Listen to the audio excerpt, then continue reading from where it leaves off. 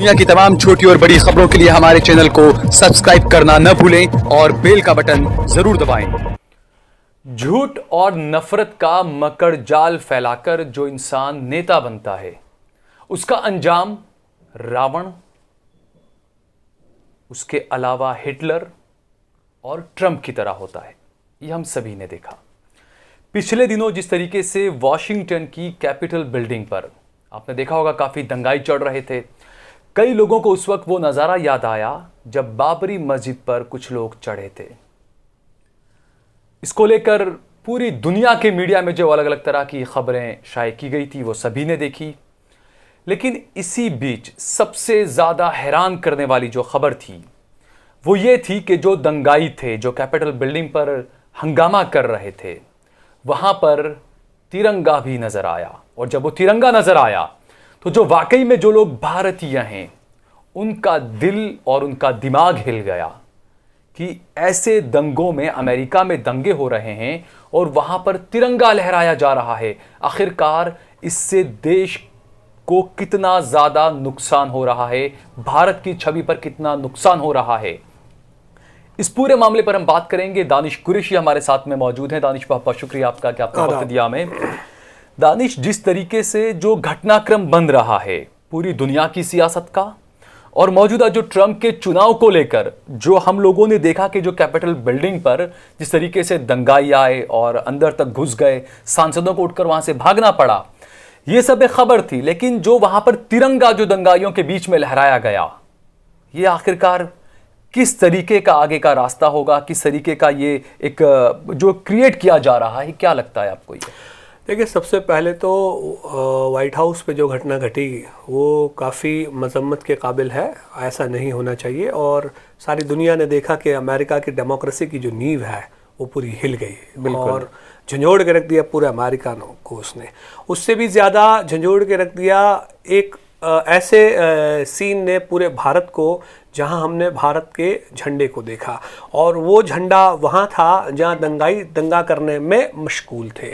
तो बहुत आहत है पूरा देश इस बात को लेकर के कि इस तरीके से दंगाई जो है, जो भी दंगाई रहे हैं, मैं कहता हूं वो पीसफुल प्रोटेस्ट था या अनपीसफुल प्रोटेस्ट था, वो बात नहीं है। बात यह है कि भारत के झंडे का जिस तरीके से उपयोग किया गया, इसका मतलब झंडे का उपयोग करने वाला व्यक्ति जो है वो ये दर्शाना चाहता था कि समूचा भारत जो है उसकी तरफ से वहां मौजूद है और वो दंगे में शामिल है या डोनाल्ड ट्रंप का समर्थक है या अमेरिका की लोकशाही के मुखालिफ है।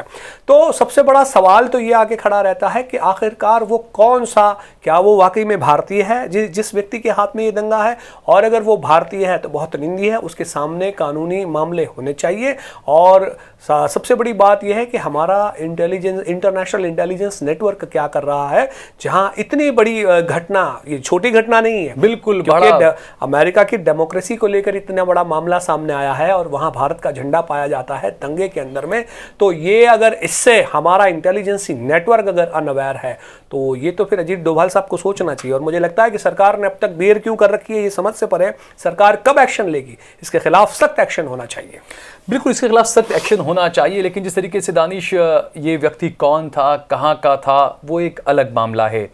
लेकिन जिस तरीके से डोनाल्ड ट्रंप की जो राजनीति, आप देखिए कि 2014 में, क्या 2014 से पहले क्या कोई डोनाल्ड ट्रंप को जानता था कि वो कौन है? क्या एक बिजनेसमैन थे वो रिपब्लिकन को, जो भी उनकी जो पार्टी थी, इसको वो बड़ा बड़ा चंदा दिया करते थे। लेकिन अचानक वो आ गए कि अब मैं प्रेसिडेंट बनूंगा, मैं जब तुम्हें चंदा दे सकता हूं तुम्हें जिताने के लिए तो मैं खुद ही क्यों ना बनूं। जिस तरीके की राजनीति डोनाल्ड ट्रंप ने दी आज तक अमेरिका में की, जो पहला चुनाव वो जीते, तो एक अलग सा एक वहां पर यह आया कि या तो आप ट्रंप समर्थक हो या आप ट्रंप विरोधी हो। बिल्कुल कुछ उसी तरीके से जो है वो देश की राजनीति भी चल रही है, आप मोदी समर्थक हो या मोदी विरोधी हो।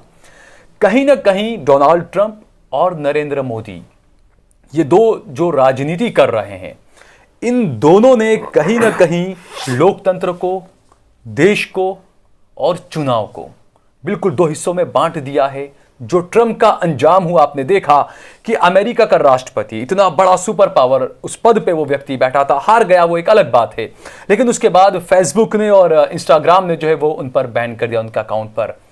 तो जो राजनीति जो ये कर रहे थे, जिस तरीके से नमस्ते ट्रंप का कार्यक्रम हुआ, मोदी ने भी काफ़ी जो बातें की हमारे मित्र डोनाल्ड ट्रंप और जो भी उन्होंने कहा, लेकिन जो ट्रंप की राजनीति थी और उसका जो एंड कहां पर हुआ, आखिर उनका अंजाम क्या हुआ, ये पूरी दुनिया के सामने है।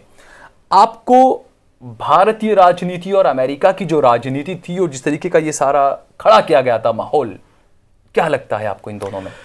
देखिए, भारत भी उसी ढर्रे पर चल रहा है आगे जाकर? मैं वही क्लियर करना चाहूँगा साहिल कि सबसे पहले एक बात समझ लीजिए कि डोनाल्ड ट्रंप जो थे वो पॉलिटिशियन नहीं थे, वो वहाँ के बड़े बिजनेसमैन थे, जिसे हम यहाँ कॉर्पोरेट्स पे कहते हैं।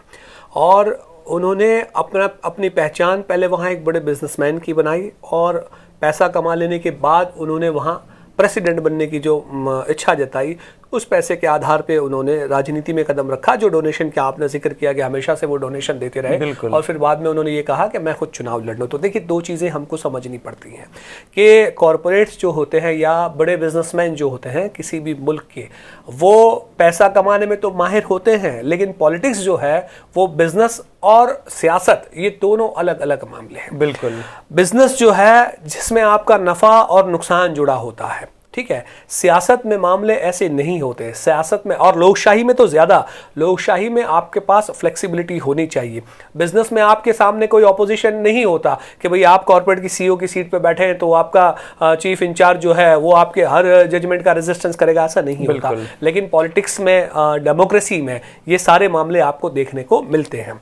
अब मामला जो अमेरिका की हम बात कर रहे हैं कि डेमोक्रेसी, अमेरिका की डेमोक्रेसी क्यों पूरी झिझोड़ के रख दिया उसको पूरे मामले को, वो इसलिए कि इस तरीके के अनमेच्योर्ड पॉलिटिशियंस, अनमेच्योर्ड पॉलिटिशियन इसलिए कहूंगा कि वो मैच्योर्ड बिजनेसमैन है, मैच्योर्ड पॉलिटिशियन नहीं है। जब उनके पास सत्ता आती है, जब उनको जो कॉर्पोरेट्स या बिजनेसमैन थे उससे कहीं ज्यादा गवर्नमेंट के जो इंस्टीट्यूट हैं, जिसको हम आर्मी, नेवी, एयरफोर्स और दूसरे जुडिशियल सिस्टम और जो कुछ भी एफिलेटेड है गवर्नमेंट से, उसके जब कमांड्स आते हैं तो एज अ बिजनेसमैन उनको जो बिजनेस करने में जिस तरीके से अप्रोच और एफिलेशन करना पड़ता था सरकारी महकमों का, अब उनको ये इजी लग रहा था कि यहां से बैठ के तो बहुत अच्छी तरीके से बिजनेस चलाया जा सकता है। तो जब ये माइंडसेट दिमाग में आदमी के बैठता है कि मैं बिजनेस के बदले अब सियासत कर लूं, और सियासी पद पर बैठकर जब वो बिजनेस करने की सोचता है, तब हमारे यहां के हालात जो हैं किसान के आंदोलन जैसे होते हैं, जैसा हम अदानी अंबानी में देख रहे हैं। 2014 से पहले डोनाल्ड ट्रंप की अगर हम बात करें तो 2014 से पहले डोनाल्ड ट्रंप को कोई नहीं जानता था, जैसे 2002 से पहले नरेंद्र मोदी को भी कोई नहीं जानता था। तो अपनी अपनी अलग अलग पहचान रही है, किसी की छोटे दंगे की, किसी बड़े दंगे की। हालांकि अमेरिका में कैजुअलिटीज इतनी नहीं हुई है, लेकिन जो कि अमेरिका जैसे लिटरेट मुल्क में अगर इस तरीके की हिंसा होती है, वो भी एक डेमोक्रेटिक रिजल्ट के बाद, मतलब लोकतांत्रिक परिणाम आ जाने के बाद, रिजल्ट आ जाने के बाद, और एक वर्तमान प्रेसिडेंट जब हार जाता है और नया प्रेसिडेंट की नियुक्ति का वक्त आ जाता है, मुकम्मल हो जाता है, तो आप समझिए कि वो गवर्नमेंट के सारे इंस्टीट्यूट, सारे नॉर्म्स का वायलेशन करके वो ये कैप्चर करने की कोशिश में लगे रहते हैं कि हम किसी भी तरीके से ये सत्ता को ना छोड़ें।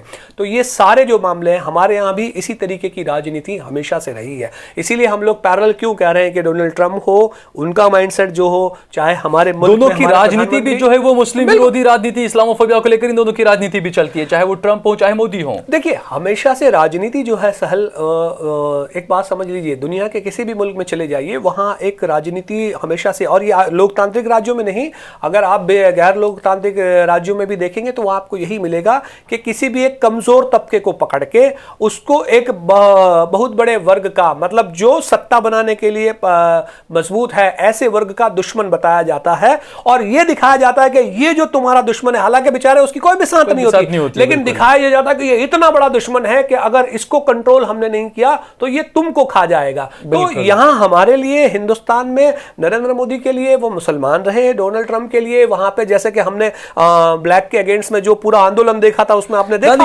आपने जो बात कही, नहीं बिल्कुल मैं वही, आपने जो बात कही कि ब्लैक के अगेंस्ट जो आंदोलन हुआ था, दानिश, यहां पर यह सवाल भी उठा था, कुछ अमेरिका के कुछ ऐसे सेलिब्रिटीज थे और कुछ लोग ऐसे थे जिन्होंने ट्वीट किया बाकायदा और ये कहा कि ये ट्रंप के समर्थक हैं, ये कैपिटल बिल्डिंग में हंगामा कर रहे हैं, अगर ये मुसलमान होते तो क्या इतनी शांति से उनसे निपटा जाता? बिल्कुल। अगर ये ब्लैक होते तो क्या इनसे इतनी शांति से निपटा जाता? ये भी दुनिया के सामने ये चैप्टर जो उभर कर आया है इसको लेकर, इससे भी खतरनाक, मैं तो इससे भी बढ़ के जो बात कहूंगा कि जो मैंने कुछ थोड़ी बहुत जो तारीख पढ़ी है, तो मैंने अक्सर पढ़ा है कि हमारे यहाँ जो छोटे छोटे राजा या रजवाड़े जिस लोकशाही से पहले भारत में जो लड़ते थे, तो जिस तरीके से मतलब राजा के हारने के बाद जो किले पे कब्जा करते थे तो लंगर डाल के वो चढ़ रहे थे, बिल्कुल सेम सिचुएशन हम 2 दिन पहले व्हाइट हाउस का हम देख रहे थे कि people were climbing on the wall of white house. तो व्हाइट हाउस की वॉल पर जिस तरीके, तो मतलब मैं वही कह रहा था कि सबसे सभ्य समाज, सबसे पहला डेमोक्रेटिक और सबसे मजबूत, इतना डेमोक्रेटिक स्टेट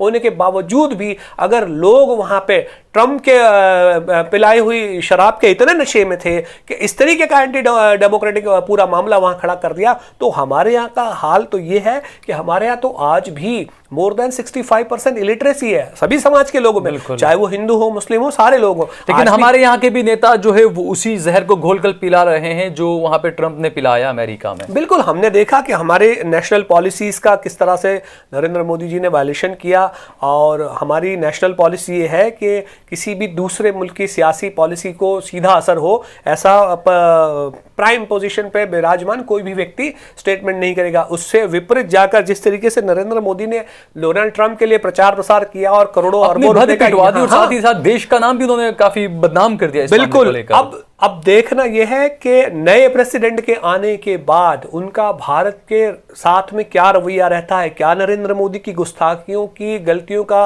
नतीजा क्या देश को भुगतना पड़ेगा। दानिश, जो राष्ट्रीय अध्यक्ष होते हैं, जो राष्ट्रपति बनकर आते हैं, नए जो बनकर आते हैं, या जो प्रधानमंत्री नए जो पद पर काबिज होते हैं, क्या आपको लगता है कि ऐसी घटना को वो भूल पाएंगे कि हंगामा हो रहा है, दंगा हो रहा है उनके खिलाफ, डोनाल्ड ट्रंप इस तरह का दंगा कर रहे हैं और तिरंगा वहां पर लहराया जा रहा है? क्या अमेरिका के जो अगले राष्ट्रपति होंगे क्या वो भी उम्मीद नहीं रखते होंगे इस बात की कि भारत की तरफ से भी कुछ इस पर संज्ञान लिया जाए? नहीं, हम यही तो कह रहे हैं ना, हम सहल देखिए, हम 2 बात कह रहे हैं। एक तो जिस तरीके से तिरंगे का उपयोग हुआ है वहां के दंगे में, तो सबसे पहले तो हमारा दिल आहत है, उस पर तो ऑफेंस रजिस्टर होना ही चाहिए और सख्त से सख्त मामला उस पर बनना चाहिए। वो बिल्कुल ऐसा ही है जैसे कश्मीर में पाकिस्तानी झंडा लहराता है और लोग उसका वो करते हैं जितना। बिल्कुल, लेकिन दूसरी तरफ मैं ये कह रहा हूं कि जैसा आपने कहा कि नया प्रेसिडेंट आएंगे और क्या वो ये भूल पाएंगे, तो आप समझिए कि जो नरेंद्र मोदी ने डोनाल्ड ट्रंप के प्रचार प्रसार के लिए किया, that was the last second step, लेकिन फाइनल स्टेप तो ये हुआ कि नरेंद्र मोदी के सपोर्ट के बावजूद भी जब डोनाल्ड ट्रंप वहां हार गए और उसके बाद डेमोक्रेसी को कैप्चर करने की कोशिश की है, तो कहीं ना कहीं एस्टैब्लिश हो रहा है कि नरेंद्र मोदी और डोनाल्ड ट्रंप ने यह मिलकर कॉन्स्पिरेसी की है। अब इस कॉन्स्पिरेसी का भुगतान क्या भारत देश को भुगतना पड़ेगा? हमको लगता है कि नागरिक समाज की तरफ से इन चीजों का क्लैरिफिकेशन हमारे प्रधान मंत्रालय से मांगा जाना चाहिए और यह क्लैरिफिकेशन आना चाहिए। और अगर राष्ट्र के हित की बात है, देश के हित की बात है और इतनी बड़ी महासत्ता से अगर कहीं कोई संबंध के मामले आके बनते हैं, तो नरेंद्र मोदी, नैतिकता जैसा तो कुछ बचा नहीं है उनके पास, लेकिन देश के लिए कम से कम उनको पदभ्रष्ट करना ही पड़ेगा, उसका और कोई विकल्प नहीं है। अच्छा, दूसरा एक आखिरी सवाल दानिश जानना चाहेंगे, जिस तरीके से जो पूरा घटनाक्रम जो घटा, आज तक अमेरिका और भारत के जो रिश्ते रहे, लेकिन ट्रंप और यहाँ पर मोदी के प्रधानमंत्री बनने के बाद जिस तरीके हमने देखे काफ़ी बगलगीर हुए डोनाल्ड ट्रंप के साथ, और जो जैसा हमने कहा कि बार बार मोदी और ट्रंप दोनों को जो है वो एक ही पटरी पर चलता हुआ नेता दुनिया मान रही है, लेकिन जिस तरीके से ये जो हुआ कैपिटल बिल्डिंग पर, भारत के कई अखबारों ने भी बाबरी मस्जिद की शहादत का वो फोटो और कल जो दीवारों पर ये जो चढ़ रहे थे ये फोटो, ये दोनों मिलाकर जो है वो कई अखबारों ने शाये किया है। जिस तरीके से जो राजनीति हो रही है, पिछले 15 साल से 10 साल से जो राजनीति हो रही है, देश का युवा इस राजनीति को करीब से देख रहा है। जिस तरीके से जब होने लगा, तब सोशल मीडिया पर भी कई लोग कहने लगे कि ट्रंप के भक्त हैं वो लोग जो ये सारी चीजें कर रहे हैं। जो देश का युवा है जो इन चीजों को देख रहा है कि ट्रंप का अंजाम, जबकि वो सबसे झूठ बोलने वाले राष्ट्राध्यक्ष भी उनको एक सम्मान इससे उनको दिया गया। ये उसके अलावा प्रधानमंत्री नरेंद्र मोदी के कई बयान ऐसे सोशल मीडिया पे जो वायरल हो रहे हैं, और कई बार जैसा आपने देखा कि बाद में वो कहते हैं कि वो तो जुमला था 15 लाख और ऐसी जो चीजें होती थी। तो जो युवा है वो इन दोनों चीजों से क्या सबक लेगा? देखिए, पिछले दिनों में, मतलब पिछले 2 दिनों में मैं सोशल मीडिया में एक क्या कहते हैं तंज भरा जोक वायरल मैंने सुना, और उसमें ये था कि भाई अमेरिका का सुप्रीम कोर्ट जो है उसको अब सुओ मोटो लेना चाहिए और डोनाल्ड ट्रंप को जो है प्रेसिडेंट डिक्लेयर कर देना चाहिए और जॉय बिडेन को 5 एकड़ जमीन देकर नया व्हाइट हाउस बनाने की छूट दे देनी चाहिए। तो ये तो था भारत का न्यायिक मॉडल जो आप बाबरी मस्जिद की बात कर रहे हैं, जो हमने सारी दुनिया ने देखा। मतलब इससे बड़ी तो मोकरी और जस्टिस की हमने कहीं देखी नहीं है। लेकिन चूंकि डेमोक्रेसी के मामले में अमेरिका ज़्यादा सटीक और क्या कहते हैं संगीन, आप समझिए कि डोनाल्ड ट्रंप की पूरी कार्यकाल को एक ही बार में उन्होंने पहचान लिया। हालांकि पूरा का पूरा डिट्टो प्रिंट जो है हमारे यहाँ भारतीय जनता पार्टी और उसके अनुयायी जो करते हैं कि भाई फेक आईटी सेक्टर चलाना और पूरा उसी एक पर तरीके से चला था, हेट्रेड बिल्कुल। पॉलिटिक्स जो है, वो सारी चीज़ें वहाँ करने के बावजूद भी अवाम जो है उससे मुखालिफ हुई और आउटराइड आके मतलब डोनाल्ड ट्रंप को उन्होंने घर का रास्ता दिखा दिया कि अब आप जाइए। अब जब अवाम ने घर का रास्ता दिखा दिया तो भी वो जाने को तैयार नहीं। हमारे यहाँ तो बदनसीबी आप देखिए कि 2014 के बाद 2019 में फिर चुनाव हुए और फिर से वही लोग काबिज हो गए। और किस मामले में काबिज हो गए? तो पुलवामा में जो हमला हुआ उसमें 70-80 बेचारे देश के सैनिकों की जान गई और उस पर पूरी राजनीति हुई। पूरे 5 साल का किसी ने कोई हिसाब नहीं मांगा। तो हमारे यहाँ इस तरीके से धार्मिक कट्टरता की राजनीति। आप बाबरी मस्जिद भी देखिए, बाबरी मस्जिद राम मंदिर का मामला चाहे कुछ भी हो, लेकिन अल्टीमेटली वो मंदिर चाहे उन्हें आज मिला हो बाद में मिला हो, लेकिन मंदिर से पहले उनको सत्ता मिल गई। तो सत्ता लेने के लिए जो कुछ भी सियासत उनको करनी पड़ती है, अखबारों ने जो कुछ भी टाइटल पैचअप किया है वो बिल्कुल परफेक्ट है कि सत्ता हासिल करने के लिए उन्हें जो कुछ भी करना पड़ेगा। वो दिन दूर नहीं है कि मतलब अगर कल सत्ता से दूर हो जाएंगे तो क्या अगर उनके समर्थन करेंगे, बिल्कुल तो इसकी क्या गारंटी है? मतलब हमारे मुल्क की आर्मी की क्या तैयारी है, नेशनल सिक्योरिटी एडवाइजर्स की क्या तैयारी है कि इस तरीके से आप देखिए किसी भी चीज को हुकूमत के खिलाफ कोई भी रेजिस्टेंस आप देख लीजिए, CNRC का रेजिस्टेंस है तो वो ये कह रहे हैं कि ये आतंकवादी हैं, ये वो हैं, ये वो है, किसानों का है तो वो खालिस्तानी है, और नोटबंदी का विरोध कर रहे हैं तो क्या आप देशद्रोही हैं, नरेंद्र मोदी की और किसी बात का विरोध इसीलिए कहा जा रहा है कि हिंदुस्तान भारत भी जो है वो उसी ढर्रे पर जा रहा है जो कैपिटल बिल्डिंग में हुआ, कल उठ के ये भारत में भी हो सकता है। इससे इनकार नहीं किया जा सकता, बिल्कुल नहीं किया जा सकता, क्योंकि अनभक्त जो बिरादरी जिसे कहा जाता है वो इसी ढर्रे पर चल रहे हैं। बिल्कुल बिल्कुल बिल्कुल। आप देख लीजिए कि जिस तरीके से पूरा माइंडसेट कैप्चर कर रखा है। आप सुबह से हमारे भारत का सोशल मीडिया खोलिए, सुबह से लेके रात तक, जब तक आप सोते नहीं हैं तब तक एक पूरा वर्ग ऐसा है जिनका काम है हेट्रेड मैसेज फैलाना। उनका काम ही सुबह से शाम ये है और मेन स्ट्रीम मीडिया को उन्होंने इस तरीके से कवर करके रखा है कि उसी के मैसेज के इर्द गिर्द सारा मामला घूमता रहे। हमारे यहाँ आज भी जो प्रॉब्लम्स हैं, आप देखिए कि लॉकडाउन के बाद जो हमारा पूरा अर्थतंत्र है, जो पूरा मामला है अर्थतंत्र का, बिल्कुल गड्ढे में चला गया। उस पर कोई बात नहीं है। लोगों के रोजगार खत्म हो गए। आज लोग 20% तनख्वाह में काम कर रहे हैं। आप समझिए 80%। और इसमें कंपनियों की भी कोई गलती नहीं, उनके वो भी लाचार हैं, उनके पास मामला ही कुछ इस तरह का, क्या कर सकते हैं वो। तो उन सारी चीजों पे चर्चा ना होकर के साहब जिहाद पर चर्चा हो रही है। कानून किस पे बन रहा है तो अशान धारा पे, कानून किस पे बनेगा तो लव जिहाद पे, कानून किस पे बनेगा तो 370 पे, कानून किस पे बनेगा तो गौहत्या पे। तो ये इररिलेवेंट जो इश्यूज हैं, इररिलेवेंट इश्यूज इसीलिए खड़े किए जा सकते हैं ताकि लोगों के इमोशनल और सेंटिमेंट्स जो हैं उनको कंट्रोल किया जा सके, जो डोनाल्ड ट्रंप अमेरिका में करते रहे। लेकिन मैं फिर उसी पे आ जाऊंगा रिपीट करके कि जिस किसी ने भी भारत देश के झंडे को इस राइट्स के साथ जोड़ने की कोशिश की है उसके सामने सख्त से सख्त कार्रवाई होनी चाहिए। ऐसी हम मांग करते हैं आपके चैनल के माध्यम से और जितना हो सके इसको फैलाने की और पहुंचाने की। बहुत बहुत शुक्रिया दानिश, आपने हमें वक्त दिया। दानिश, तो जिस तरीके से आपने देखा कि जिस तरीके से वहां पर झंडा लहराया गया, तिरंगा, आप सोचिए कि कहीं पर हंगामा हो रहा है, दंगे हो रहे हैं। जैसे हमने देखा कश्मीर में जब कुछ दंगे इस तरह के होते हैं, पथराव होते हैं, वहां पर पाकिस्तान का झंडा जब लहराया जाता है तो ये आप समझ सकते हैं कि अगर कहीं दंगे हो रहे हैं वहां पर जिस देश का झंडा लहराया गया तो सीधे तौर पर यह कनेक्ट करता है कि इस दंगे में उस देश की वो देश भी जो है वो यहां पर शामिल है। तो ऐसे में कहीं ना कहीं यहां पर जो तिरंगा लहराया गया, भारत सरकार को इस पर सख्त से सख्त कार्रवाई करनी चाहिए, चाहे वो कोई भी हो, चाहे वो किसी भी यहां पर, चाहे वो कांग्रेस से रखता हो, अपना ताल्लुक रखता हो, या बीजेपी से ताल्लुक रखता हो, या लेफ्ट से किसी भी पार्टी से भले हो ताल्लुक क्यों ना रखता हो, लेकिन उसने देश को बदनाम किया, इसलिए उसके खिलाफ कार्रवाई होनी चाहिए। और दूसरा, जब नए इलेक्टेड जो प्रेसिडेंट होंगे उसके बाद भारत के साथ उनके क्या रिश्ते होते हैं, किस तरीके की आगे की राह होगी, ये तो आने वाला वक्त ही बताएगा। आप देख रहे हैं देश लाइव, देश की आवाज।